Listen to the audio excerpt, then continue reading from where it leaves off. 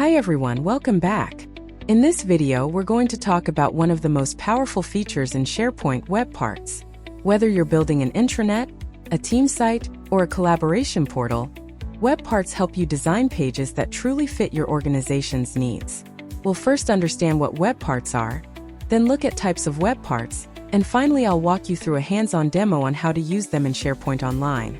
So let's get started.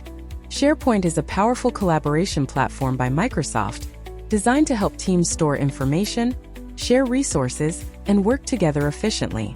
One of the key features that makes SharePoint pages flexible and customizable is the use of web parts. Web parts allow users to add content, features, and functionality to their pages without needing any coding or technical skills. Basically, what are web parts? Web parts are reusable components in SharePoint that allow you to display content or add specific functionality to your pages. They make it easy to build customized layouts by simply adding or arranging these components. No coding required.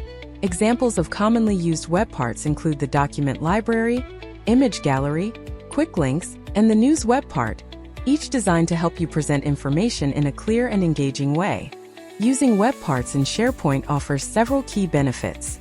First, they allow full customization of pages without needing any coding skills, making it easy for anyone to design useful layouts. They also enhance the user experience by presenting information in a clean and organized way. Web parts enable dynamic, interactive content that keeps your pages engaging and up to date. And finally, they integrate seamlessly with Microsoft 365 apps like Teams, OneDrive, Power BI, Forms, and others, helping you build a connected and collaborative environment. Types of web parts. SharePoint offers a wide range of web parts, grouped into different categories based on their purpose. Content web parts include elements like text, images, and videos that help you build the basic structure of your page. Media and content web parts, such as the image gallery or file viewer, allow you to showcase visual content or preview documents directly on the page. Communication web parts include tools like the news web part and the Yammer feed, which help teams stay informed and connected. And finally, productivity web parts, like document library, lists, and planner, support day-to-day work by displaying tasks, files, and data directly on your site. Together, these web parts give you all the flexibility you need to design effective and engaging SharePoint pages. Below are the steps how to add a web part. To add a web part in SharePoint, start by navigating to the page you want to edit. Once you're there, click the Edit Page button at the top right. Next, hover over the section where you want to place the web part and click the plus icon that appears. From the web part panel, select the component you want to add and customize its settings as needed. When you're finished, click Publish to save your changes and make the updated page live. Now that we've covered the basics, let's jump into the live demo to see how web parts actually work. In this demo, I'll walk you through the exact steps to add a web part to a SharePoint page, from entering edit mode, to selecting the web part, configuring its settings, and finally publishing the page. Alright, let me show you how to actually use web parts in SharePoint Online. First, open your SharePoint site and navigate to the page where you want to add content. Here you can see I already opened my demo site.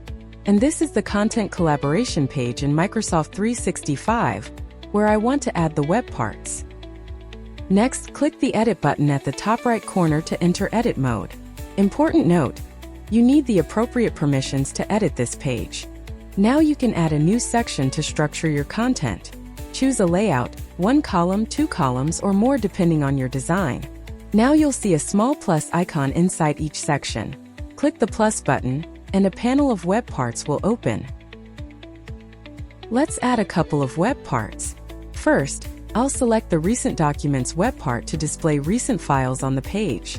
Next, I'll add a News web part to display updates and important announcements on the page. If you click on Edit Properties, the Web Part Properties pane will open on the right, where you can configure the settings as needed. Each web part has its own settings. Here you can change layout, style, number of items, and other properties. Once you're happy with the design, click on the Republish, and your page will go live with the new web parts. And that's it. You now know what SharePoint web parts are, why they're powerful, and how you can use them to build professional, user-friendly pages. If you found this helpful, Don't forget to like the video and subscribe for more Microsoft 365 tutorials.